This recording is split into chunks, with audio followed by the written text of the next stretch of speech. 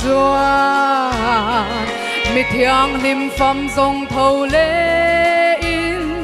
nung dama ti dang lam ne và na kum sang rau rê li thô lên mà sa a thâu te chuan kum sang chung tu chung e an re mi xoa sim lâu pham to te a râu pui na eng ti lum te kum sang về lúa thâu tur rong sẽ tăng an lệ atir ko và na trăng a bay thác để rong nè kum sang chung pia lệ a ngui ruaye sẽ tăng na rul pui tarpo maria ten arang alo vaye mi thiang lim athem du song te chu an liam ta si thang vana la thâu si lo a rual du pham song o an na tay don mange tuan bầu ra na mây bụi hạ kỳ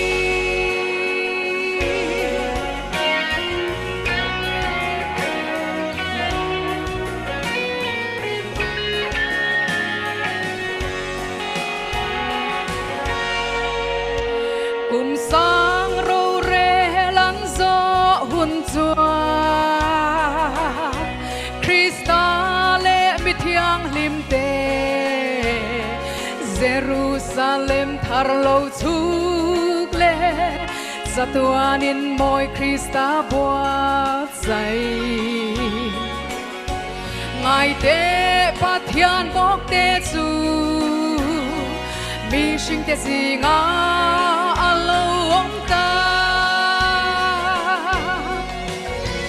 zetan na puar chu an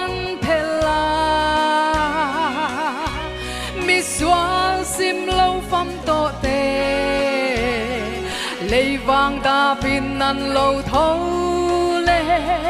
mi thiang lim te ria bu kan hoa và na trăng in mấy lâu tla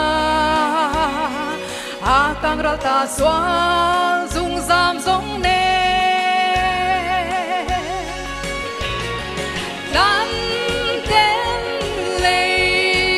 Van tharan sene a chu ma fel na om chu mo sia le veram no la moi su van mi bui char sen lo vinan re o a van wam do ne kan cha tua nin tur chu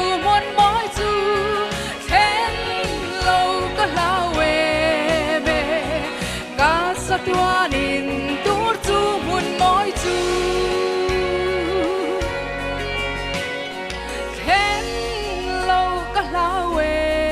me ka sa tuanin tur chu mun moi chu